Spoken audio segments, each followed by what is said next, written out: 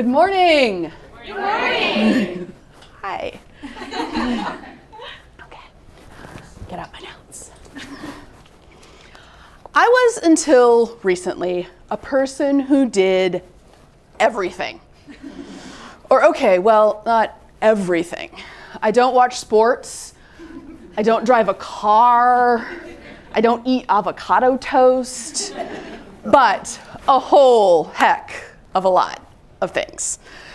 I am an author, I am an artist, I am an art book editor, I am a speaker like this, I'm a wife, I'm a mother, and recently, not quite by accident, but definitely by propinquity, I became a small business owner. I say I am all those things, and not I was all those things, because I still am all of those things. And I still want to be all of those things. But I'm not doing nearly as much on any one of those things as I was up until this past spring.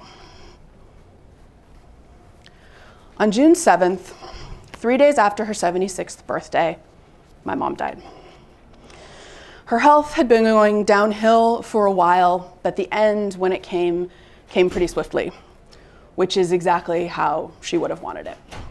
One sort of okay week in the hospital, followed by a second really not okay week with me sleeping there in the narrow cot beside the bed.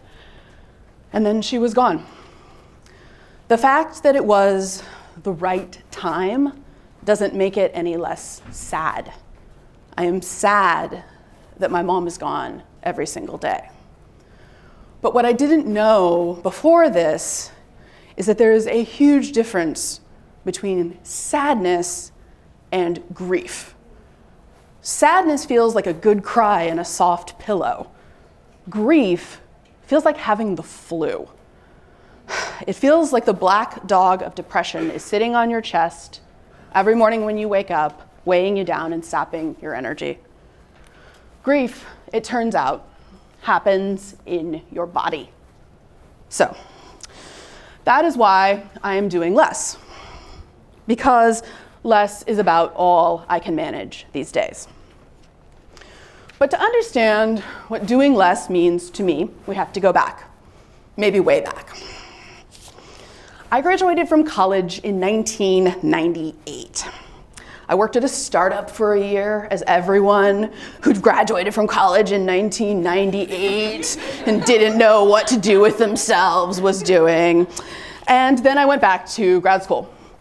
I went to grad school to study English because I wanted to spend 2 years reading novels and plays because I love books. And I got to do that, and it was great. And while I was there, I met a lovely guy named Bill, much younger there than he is now, who became my boyfriend, eventually became my husband. And I came out of grad school super happy with the state of my educated brain, but not really qualified to do much of anything work-wise.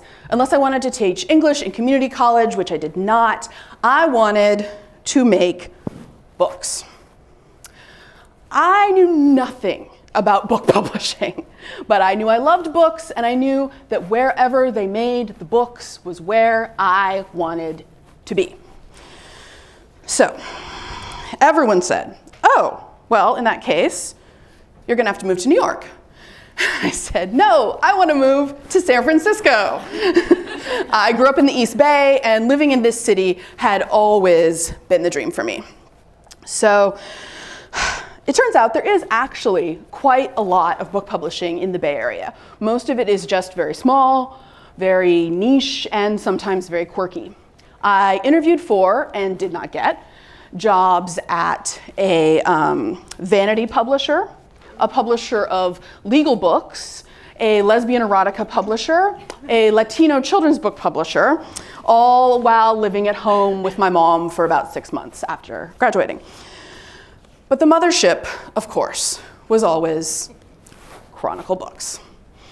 There was never a doubt in my mind that Chronicle Books was the pinnacle of West Coast book publishing, making the coolest, the weirdest, the smartest, the prettiest books you ever did see.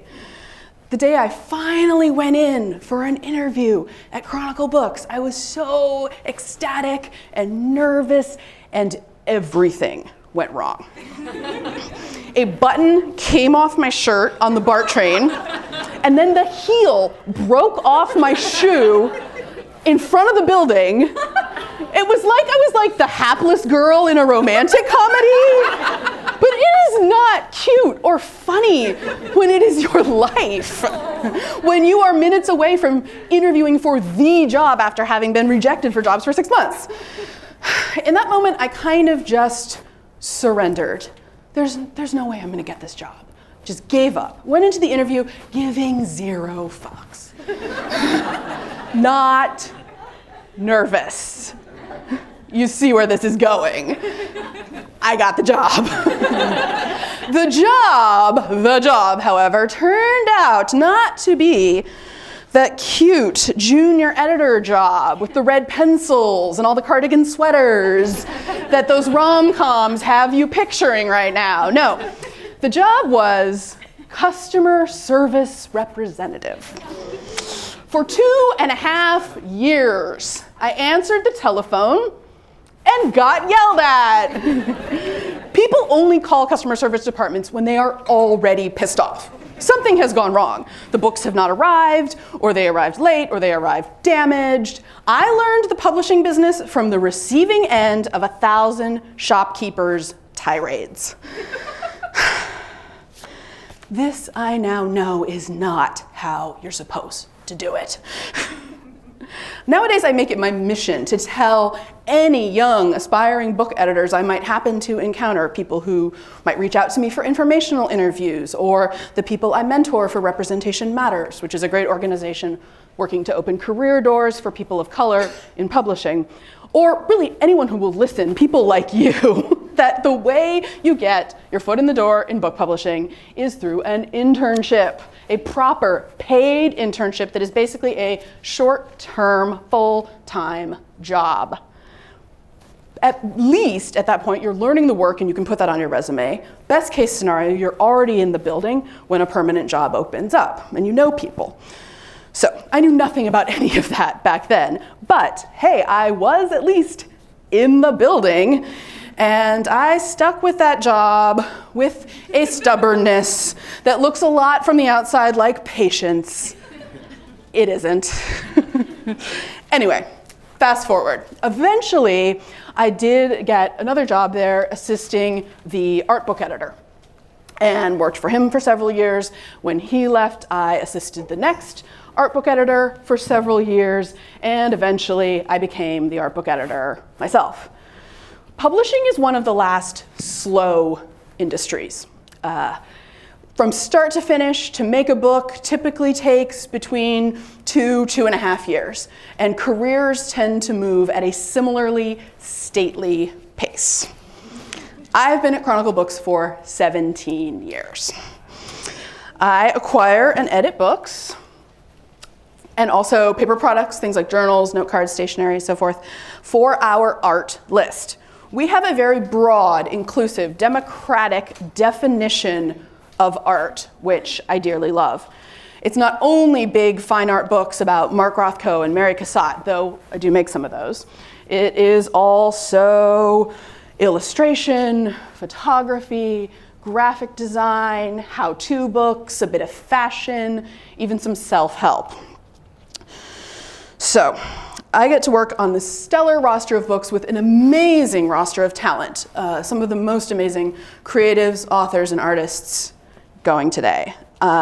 These days I also help manage other editors. I help run our editorial department and our art publishing group. And I also help head up Chronicle Books Diversity and Inclusion Group. So publishing, as you may have heard, like many industries, has a major diversity problem. So this is the result of a survey done by Lee and Low Books in 2015 that uncovered the fact that 87%, 79%? No, that's not right, it's 87. I hand-lettered this, I got it wrong. 87% of publishing professionals are white. So that is a big problem. And in 2017, the early part of the year, fired up after the inauguration of someone who's not going to be named in my talk, a bunch of us got together and decided it was time to stop hand-wringing about this problem and start doing something about it. It can be incredibly daunting to try and make change on a national or industry-wide scale, but we realized that we had a lot of work we could do right in our own backyard. So we are a small grassroots organization taking small actions. We work with HR on where our jobs are posted. We bring in guest speakers. We schedule trainings. We track our own staff demographics and our author demographics. We offer tours to school groups. We have a book club. I'm really proud to be a part of it. I used to be, and in truth, sometimes still am, embarrassed or even guilty about doing this work as a white person. It can feel like you are very much in danger of centering yourself rather than the people that you're trying to advocate for. It can feel presumptuous. But then I realize this is our problem. This is white people's problem. We are the ones benefiting from a white supremacist society, so it is on us to work to start trying to change it. Will success be easy? No. Are we going to make mistakes? Absolutely. Should we keep on doing it anyway? No question. So, Chronicle Books. It is the cradle and the home of my career as an adult professional woman. It is where I learned how to wear blazers instead of cardigans. And I love it. It's great. I hear stories of offices where people scream at each other, and I honestly cannot even imagine. I work with some of the nicest people. They're all here in the front row giggling. The nicest, smartest people you are ever going to meet. I love it. But Chronicle Books is not my whole life. It never was. It just took me kind of a long time to figure that out. To see the other things I am and have been, and to own them. So this was brought sharply into focus for me as I went through my mother's things after her death over the summer. She lived in the house I grew up in, so that was 40 years worth of stuff in the boxes and drawers and cupboards and garage of her house. As I sorted through it over the summer with a heavy heart, I found some treasures. Of course, I found the household things and mementos and keepsakes, the vases and bowls and jewelry and scarves that I wanted to keep to remember my mom by. But I also found some things of mine, specifically papers. 2 kinds of papers. Okay, well, actually 3 kinds of papers, but we're not here today to talk about notes from my friends in high school. I found writing and I found art. If you had asked me a year or 2 ago when I first became a writer, I would have pointed you to the publication date of my first book, How Art Can Make You Happy, which came out in the spring of 2017. I wrote this book because I wanted more people to have the joy of art appreciation in their lives, and because art is an engine of empathy. My next book, The Secret Art of Being a Grown-Up, also came out in the spring of 2017. Remember how I said I used to do everything? The fact that I had 2 different books coming out on the same season is a pretty good indicator of that. Or maybe, if I'd thought back and thought hard about it, I would have said I became a writer when I started making weekly poems in 2011. Or when I started keeping a long-winded observational diary that I now realize was actually a mindfulness practice in 2005. Or, oh, wait, there was that novel I wrote. My first year at Chronicle Books, 2002. I lived alone in the city before moving in with Bill, and I was a 20-something girl falling hard in love, and I wrote a novel about a 20-something girl falling hard in love. It wasn't very good, but I never sent it out or tried to publish it, but I did write it, so maybe that's when I became a writer. Or maybe not. Up to my elbows in dead spider legs in my dead mom's garage, I found the box. In the box, in reverse chronological order, top to bottom, I found the dystopian saga, I started and abandoned writing in college, the reams of bad emotive poetry I churned out in the second half of high school, the short story I wrote in the first half of high school about a girl who didn't have a boyfriend. One guess as to whether or not I had a boyfriend. The family saga that my only child self decided to write in middle school, and a bunch of rhyming sing-song poems in a notebook with a teddy bear on the cover from second grade. So, there has never been a time since I could hold a pen that I didn't have some sort of writing project going on. Turns out, I have always been a writer. I just didn't know it. I did know that I was an artist though, or at least I once did. When I was a kid, art was my thing. I drew and painted and made collages like a lot. If I wasn't reading, I was probably making stuff. Okay, so I also played with my friends and watched Saturday morning cartoons and did normal kid stuff. I wasn't one of those like hermity loner children destined to be a creative genius.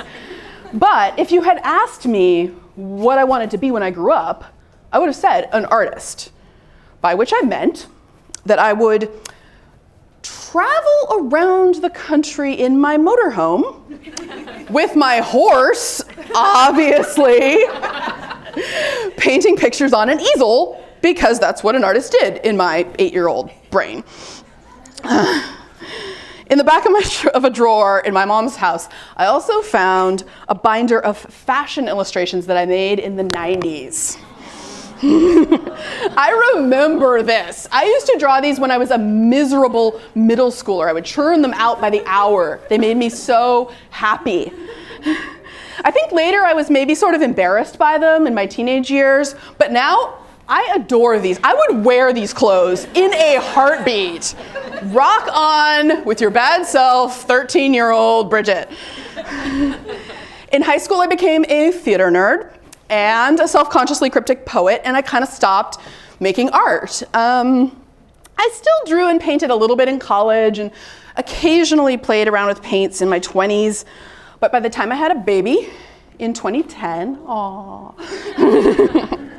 I hadn't picked up a pen to do more than doodle in the margin of a notebook during a work meeting in years.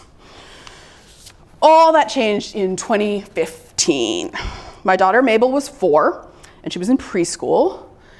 And the thing about preschoolers is that they paint, like a lot.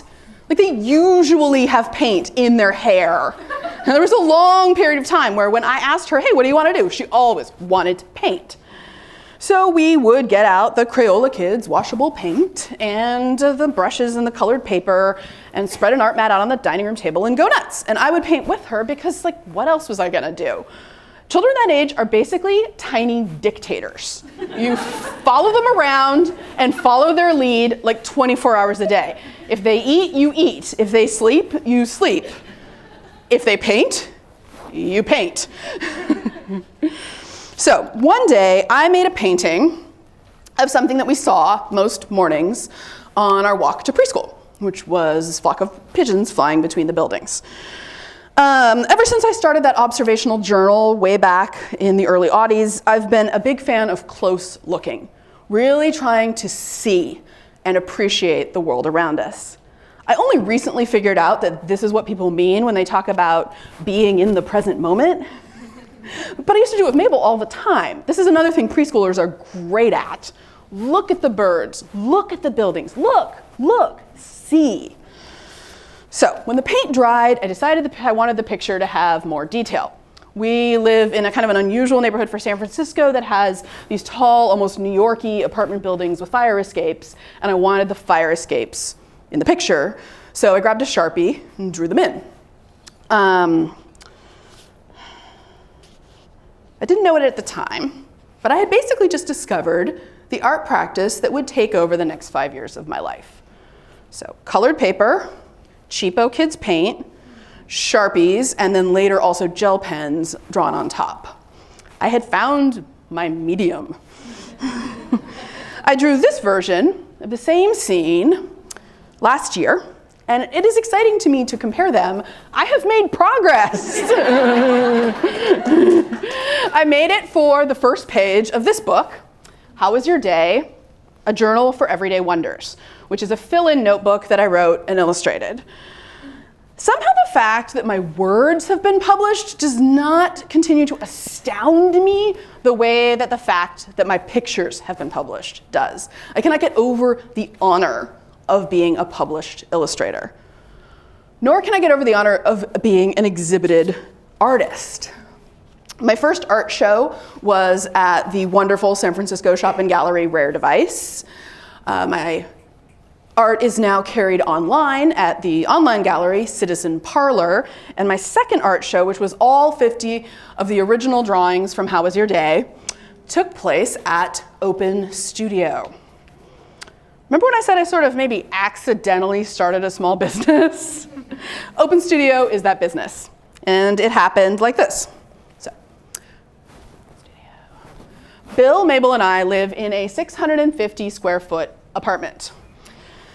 We love it. We love the original moldings and wooden windows. We love how cozy it is. We like to live close together. We love our rent control. There's just enough room in the apartment for the three of us to live in a cozy manner. What there was not enough room for was my whole side hustle as an artist and author. So my paints were in a filing cabinet. My finished drawings were on top of the sock drawer. I wrote 2 entire books in coffee shops. It worked because I made it work, but I dreamed of an office or studio space. The other thing that happened around this same time is that I got my taxes done by a professional for the first time ever. Okay, so when you get paid a book advance, taxes are not withheld from it. So the first April after my first book advance was brutal. So the second year, I got some help. And the very nice tax lady said to me, "You do understand that you're running a business here, right?" Nope. I had not understood that at all. Being an author slash artist slash illustrator is running a business. Oh. So, the idea of my creative work as a business was in my head, and the dream of a studio space was in my head, when I happened to see a for rent sign a block from my house. It was a tiny storefront with office space above.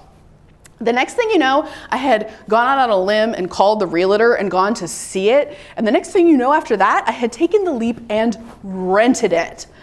It was a big decision and I made it almost impulsively.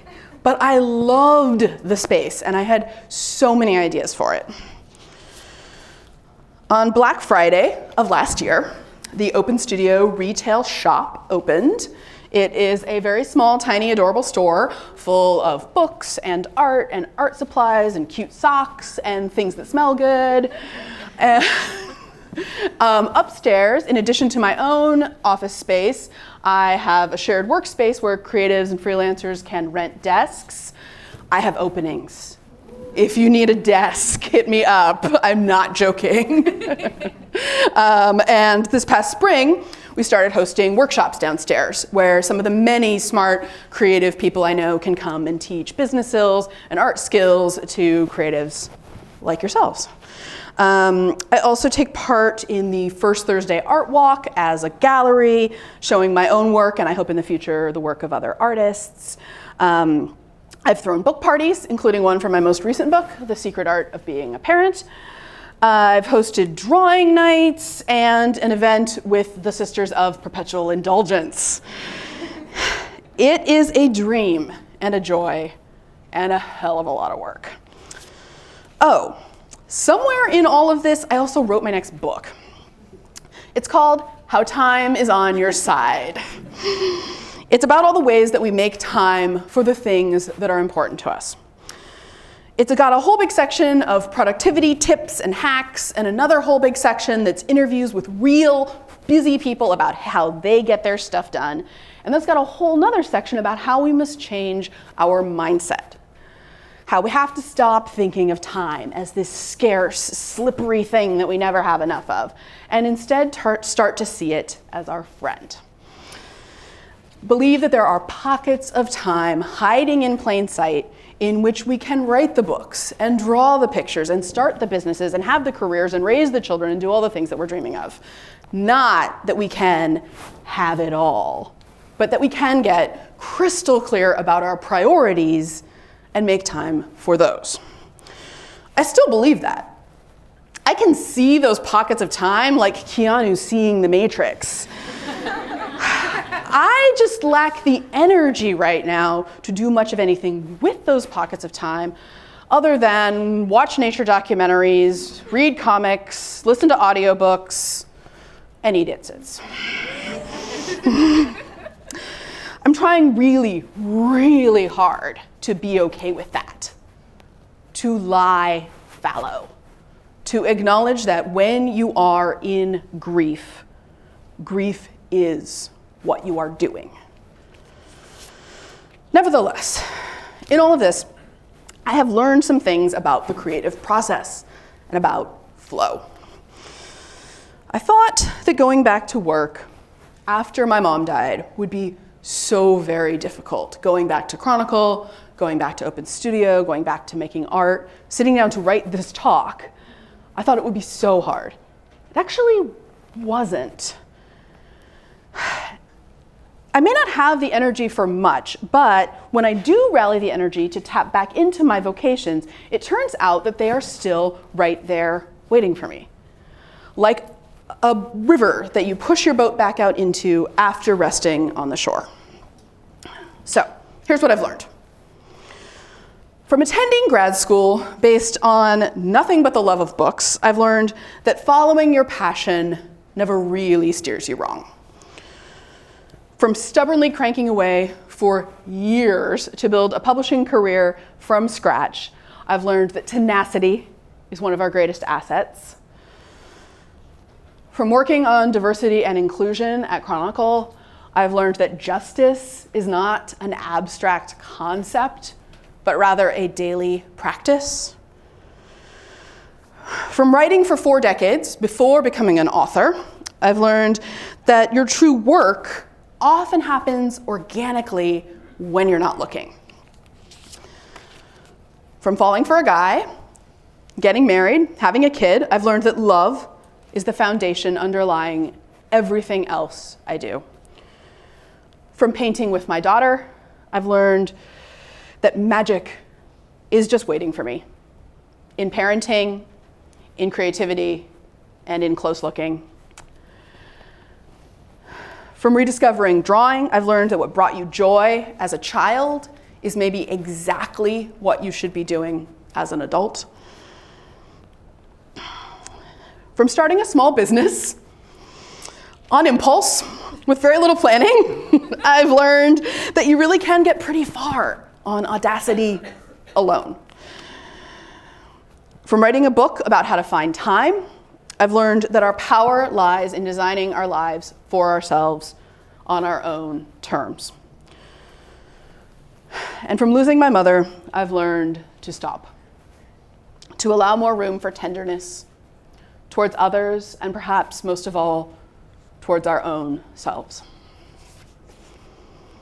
Whether riding the crests of the highest highs of creation or the troughs of the lowest lows of loss, I find I can feel a certain consistent current moving through me, through my life and through my myriad multi-hyphenate identities, through all the things I make and have made while wearing all those different hats. There's an essential meanness, an inherent Bridgetness to all those projects and all those choices. There are loads of times when we all flounder around unsure what we're doing. And then there are the times when you know you are doing the right thing. When, in the words of the late, great artist, Susan O'Malley, you are exactly where you need to be. All the stories I just told you are my times like that. What are yours? Thank you.